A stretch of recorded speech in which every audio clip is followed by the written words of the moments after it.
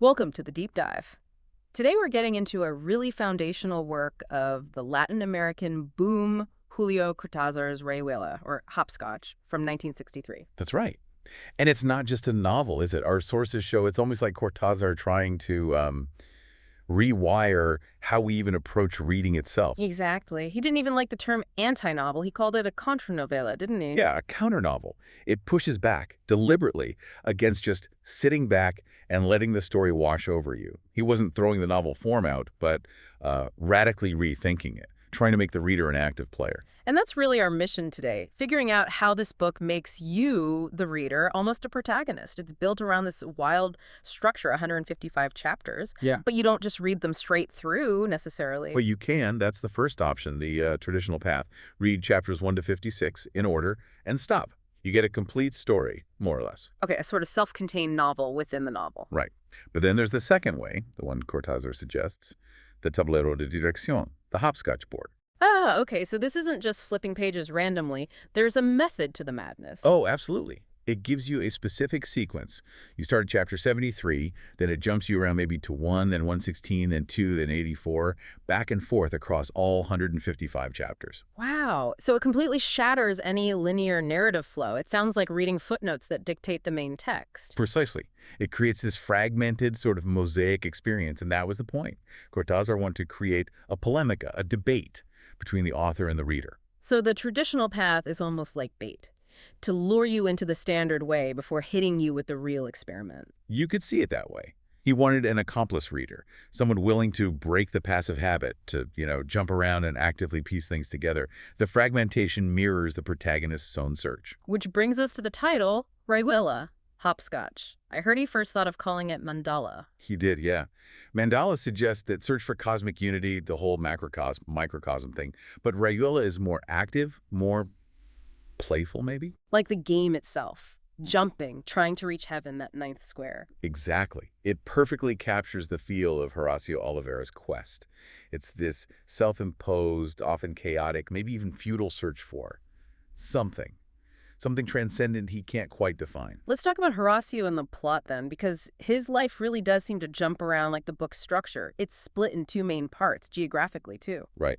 Part 1, Del lado de Ala, from the other side, is set in Paris.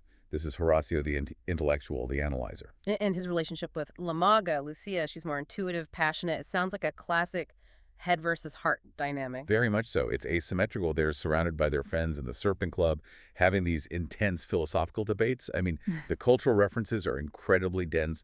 Dostoevsky, jazz, like Thelonious Monk, you name it. It's very bohemian Paris. But it doesn't end well. There's real tragedy. La Maga's baby, Recamador, dies, and then La Maga herself just disappears. Vanishes, yeah. It completely breaks Horacio, pushes him out of Paris, and leads into part 2. Which is the lado de cá from this side, back in Argentina. Back in Buenos Aires. And here, the search turns inward, maybe downward. He ends up working first in a circus with his old friend Traveler and Traveler's wife, Talita. And he starts confusing Talita with La Maga, right? He does. He gets fixated. Things get strange. They all end up working in a psychiatric hospital, which feels darkly appropriate. Yeah, and it leads to Horacio's own mental breakdown. He barricades himself in a room. There's this tense scene. Does he jump out the window? The end of part 2 leaves you hanging. It does. Deliberately ambiguous. And this is where that structure really pays off. If you only read chapters 1 to 56, you might assume the worst. But if you follow the hopscotch board, you eventually get to part 3, de otros lados, from other sides. These are the so-called dispensable chapters. Dispensable, but they fill in gaps. Crucial gaps. They reveal, for instance, that Horacio likely survived the fall or jump and was cared for. And importantly, they contain more fragments from Morelli. Ah, Morelli. The old writer character Horacio meets briefly in Paris. He's kind of Cortázar's mouthpiece in the novel, explaining the theory behind it all. Exactly. Morelli's notes, scattered in part 3, basically lay out the philosophy.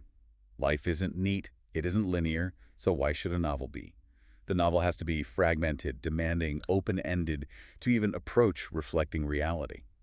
So tying this all together for you, the listener, Rayuela isn't a book you just read, it's a book you do. It demands your participation. It really does. And it almost certainly requires multiple readings, maybe trying different paths.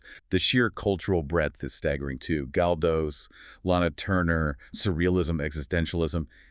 It's all in there. So the final thought might be this. Maybe the point of Rayuela isn't actually reaching heaven, that ninth square of perfect understanding. Maybe the real point, the real journey, is just embracing the search itself. The constant jumping, the fragmentation, the effort. Just like Horacio. Maybe that is the destination. Accepting the search, even if you never quite feel like you've arrived.